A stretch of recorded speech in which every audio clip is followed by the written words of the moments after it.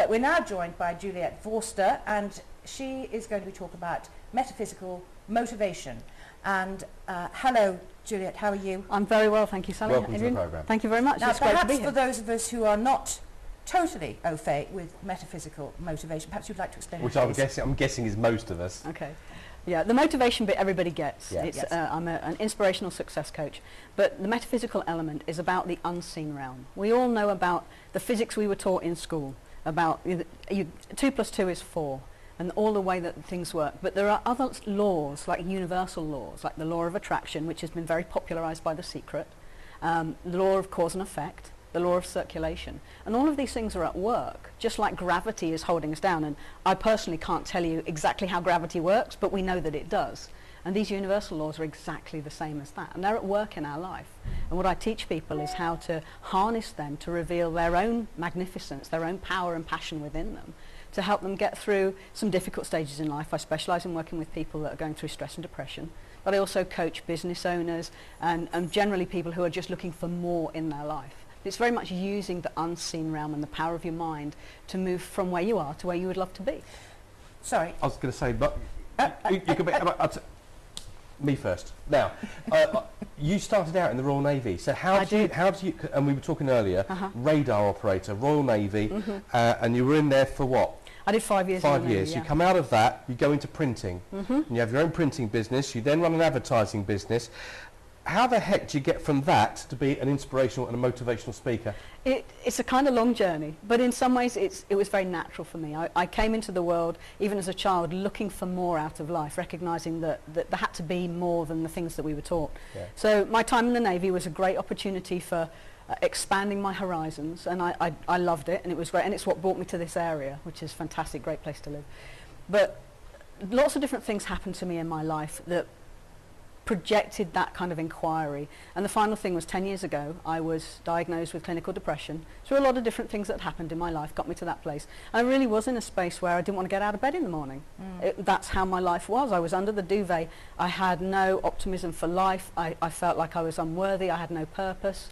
And gradually, through other people that I met that could teach me, and I was medicated for a while. You know, antidepressants have a position in the world, but from there, slowly but surely, I was able to learn new things, learn how to harness the power of my mind, and to move from that slowly. And it's a slow step. There's not a quantum leap coming out of depression, particularly.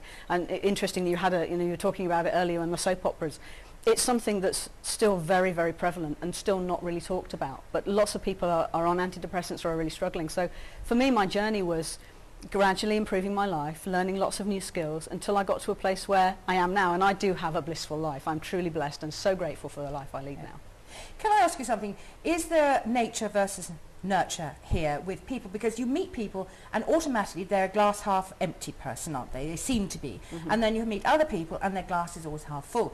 And that is an old adage that's been used across time. Is there a nature versus nurture thing here, though? What's really at work here? And again, I love being alive in this day and age because science has caught up with what some of the ancient teachers have always been teaching us. Is, in fact, the whole concept of the genetics and nature is a very small percentage. When DNA was first discovered, they thought it was the everything. Yeah. But what they've now learned is it's only less than 30% of what affects us, both in terms of disease, in terms of our mental patterns. It's very much about nurture. So if you're born into an environment where our parents can't teach us things they don't know. So if you're born into an environment where there's a lot of struggle, there's a lot of lack, it's going to teach you that that's how life is going to support you. And what happens on a very subconscious level, only 7% of the mind is on the conscious. The rest is the subconscious, just below the surface. And those things are working us even though we don't know they are. We've got hidden beliefs and thoughts. And so it's very much about the experiences we've had in life, and that we then completely subconsciously, not intentionally, we continue creating situations that underpin our already established beliefs. And the great thing is the mind is a plastic thing. Though, again, even up until 10 years ago they thought the adult brain was fixed, but we now know that the pathways can be reprogrammed. Yes. So whatever wiring we've got, and that's why I know the journey I've come is why I know I can teach anybody else to transform from wherever they are in life now to achieve a life that makes them go wow, because our brain can be reprogrammed. But it's not just our brain, isn't it? It's our use of repetition, and Yes. including repetition of our language.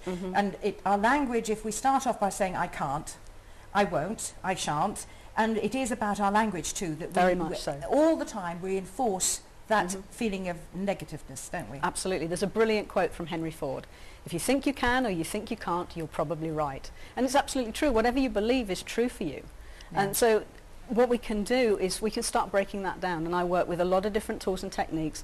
Affirmations are one of them, and that's just repeating positive statements about yourself, that you are already all right, and every one of us is this what they call neuro-linguistic programming? It's part of that, yeah. There's very many different tools and techniques that I use. NLP, neuro-linguistic programming, is one of those, and that's very much about using a lot of tricks in the brain. One of the things that people often suffer with is the voices, not from a sort of schizophrenic point of view, but the little chatter voice, the monkey mind that people have. And just a quick one for everybody to know, again, it's a neuro-linguistic programming technique. If you actually make your tongue go really, really heavy in the bottom of your mouth, in the bottom of your palate, just sitting and relaxing, and I'm trying, but I can't speak. you can't speak and do it at the same time, absolutely. But what happens is, because physically your body can't talk, because your tongue's completely relaxed, the chatter voice is quietened down.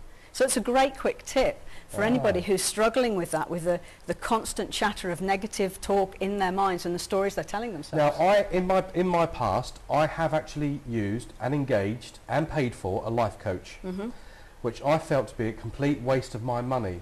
However, what is coming across from you is completely different to what came across from him. And I did not believe him from the first moment he walked in my house to the moment he left my house on the 5 occasions I had him. But just talking to you, you come across in a completely different way. You sound a lot more positive than the chap I'm on about ever sounded. And I would believe you. So there's something about the metaphysical side of things which he didn't engage with that you do that obviously works, because I can't see a negative thought coming out of you at all. At all. And I could with him. Can I mean, obviously you've got a very positive energy, but can I ask you on that note, you know, you get these kids going on things like the X Factor and Britain's Got Talent. They walk on stage and they strut their stuff and they get there and they say, I'm going to sing for you. And they are appalling. And yet somebody has said, now you've got to be positive, yes, you've got a lovely voice, or you're beautiful. And is there also a danger of making people, creating too much expectation in them by not perhaps saying, look, there are some areas perhaps you need to work on. But mums particularly about it, they say you're beautiful the moment you're born, and they tell you you can sing and you look lovely in that little dress.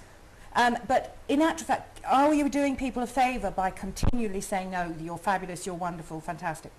Well, it's an interesting question actually, Sally. The thing that I know about that is, on a level, each and every one of us is brilliant, fantastic. However, we live in a practical world that can create really big falls, and you see it on programs like the X Factor when the judges are then so harsh with people, and possibly these people have never heard that kind of feedback before. So what I work from is very much about reality. It's about balancing the metaphysical world with the physical world, with those two elements, to bring them together to say, okay, there are practical things that you need to improve. And there's a great saying, there's no good sitting at the bottom of a mountain meditating, you have to climb up it to get to the top.